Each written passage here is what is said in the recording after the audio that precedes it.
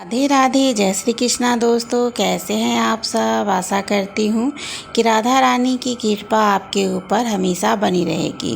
दोस्तों, आज हम चर्चा कर रहे हैं कि भगवान श्री कृष्ण के बड़े भाई बलराम की मृत्यु किस प्रकार से हुई थी। जैसा कि हम सब जानते हैं कि बलराम शेषनाग के अवतार है।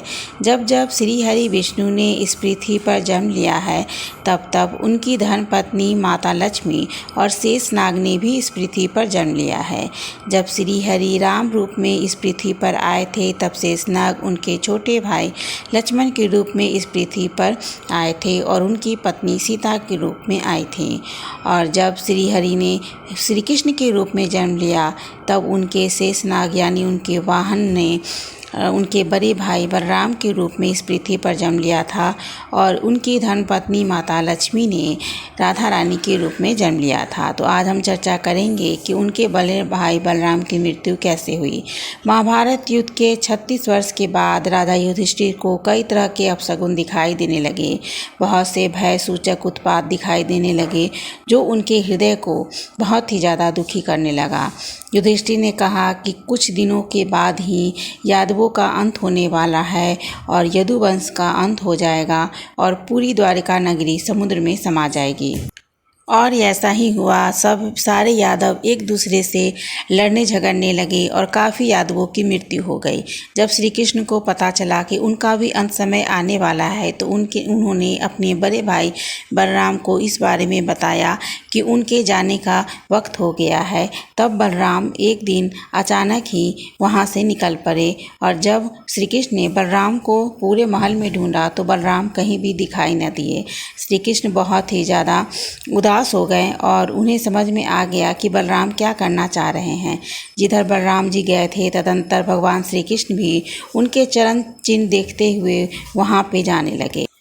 थोड़ी ही देर बाद उन्होंने देखा कि अत्यंत पराक्रमी बलराम जी एक वृक्ष के नीचे विराजमान है और एकांत में बैठकर ध्यान कर रहे हैं। उस महानुभाव के पास पहुंचकर श्री कृष्ण ने तत्काल दारुक से कहा कि तुम शीघ्र ही हस्तिनापुर जाओ और अर्जुन को यादवों के संहार का समाचार सुनाओ। ब्राह्मणों के श्राप से यदुवंशियों की मृत्यु का समाचार पाकर अर्जुन को कहो कि वे शीघ्र ही द्वारिका चले आए। श्री कृष्ण के इस प्रकार आज्ञा देने पर दारुक रथ पर सवार होकर तत्काल हस्तिनापुर को चल दिया। तब श्री कृष्ण ने बलराम से कहा कि भैया बलराम, आप यहीं रहकर मेरी प्रतीक्षा करें। श्री कृष्ण द्वारिकापुरी में गए और वहां अपने पिता वासुदेव जी से मिले।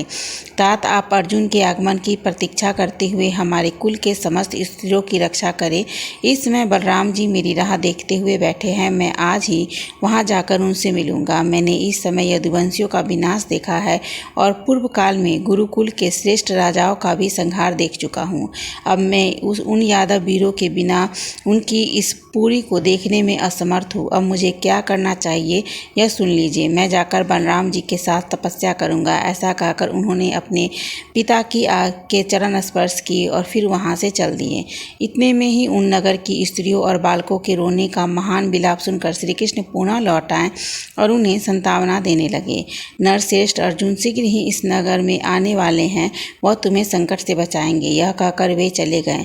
वहां जाकर श्री कृष्ण एकांत में बैठे हुए थे और बलराम जी के दर्शन किए। बलराम जी योग मुक्त हो समाधि लगाए बैठे थे। श्री कृष्ण ने उनके मुख से एक श्वेत वर्ण के विशालकाय सर्प को निकलते हुए देखा और वह सर्प जाकर समुद्र में समा गया और बलराम जी ने अपने शरीर का त्याग कर दिया। इस प्रकार से हुई थी बलराम जी की मृत्यु। तो दोस्तों, अगर आप लोगों को मेरा ये वीडियो पसंद आए तो इसे लाइक और शेयर जरूर कीजिएगा और मेरे चैनल पर बने रहिएगा। राधे राधे, जय श्री कृष्णा।